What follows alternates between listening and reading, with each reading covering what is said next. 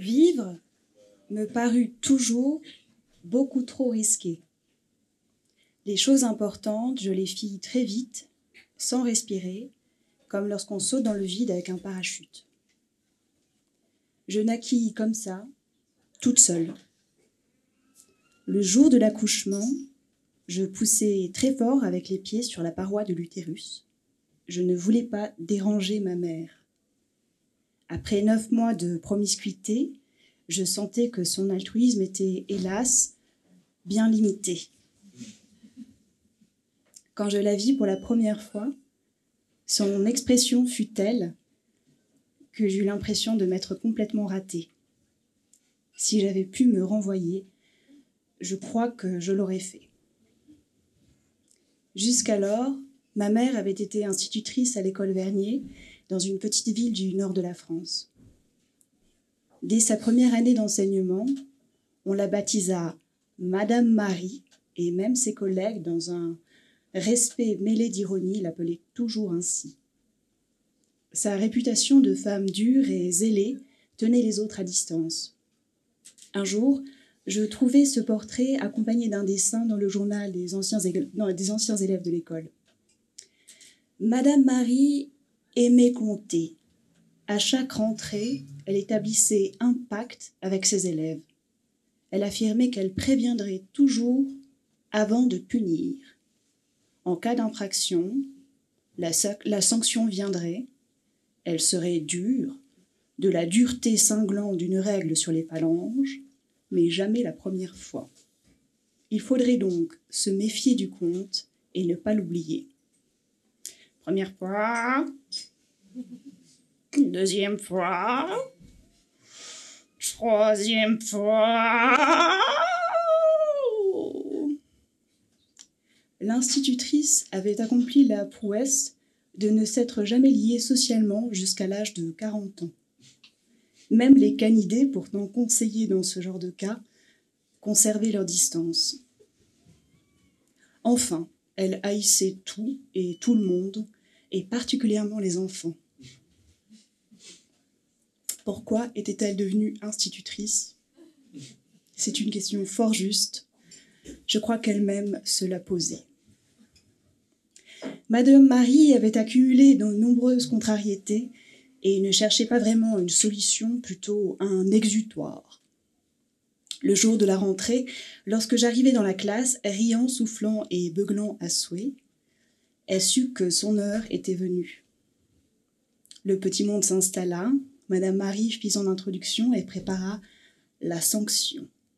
Elle déclara d'une voix chantante « Il faut toujours prévenir avant de punir ». Nous étions après la pause déjeuner lorsque Madame Marie put enfin commencer à compter. « Martin, premier avertissement, on ne se retourne pas. » Elle poursuivit sa leçon, me guettant du coin de l'œil. « Deuxième fois, Martin, on ne chuchote pas avec son voisin. » Il fallut attendre la fin d'après-midi pour que Madame Marie puisse enfin déclarer, la règle cramponnée dans la main. « Troisième fois, Martin, lève-toi et avance jusqu'à mon bureau. » Le pauvre Martin devait se rappeler de ma mère avec précision pour en faire un portrait pareil. Mon père, lui, était peintre et éternel étudiant. Ma grand-mère l'avait nommé Fouad par coquetterie. Elle avait fait la connaissance d'un guide marocain pendant une excursion. Elle était rentrée radieuse et enveloppée. Mon père était un enfant gâté. Il ne comprit jamais l'utilité du travail.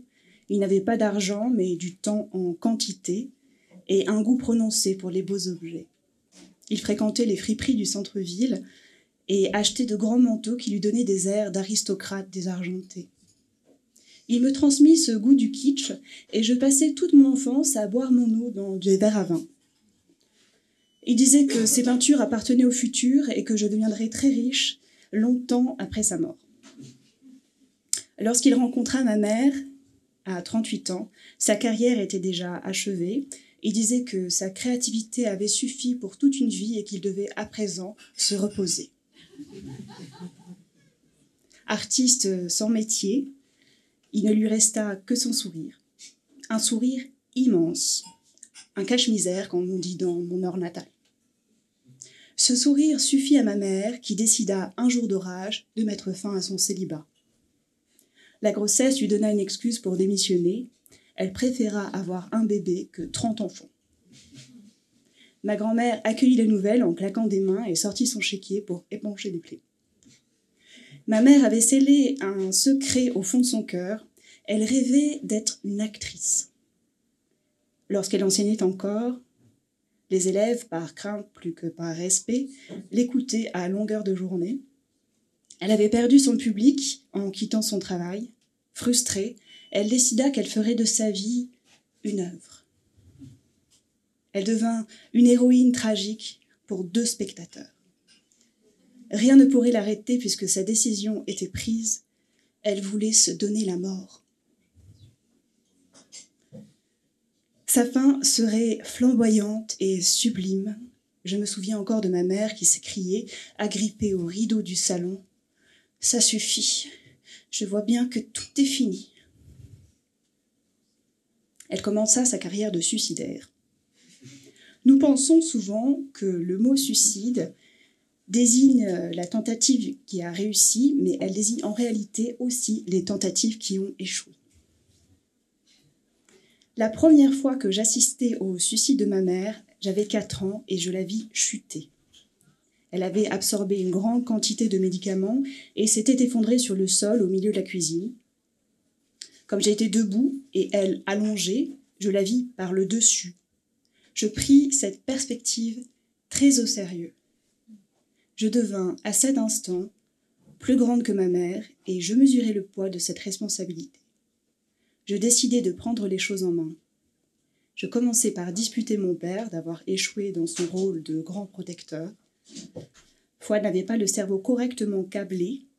Il se laissa hurler dessus sans savoir que, comme parent, il pouvait évidemment m'ordonner d'arrêter. Je criai fort pour remettre de l'ordre dans cette fichue famille, puis je pleurai dans ma chambre.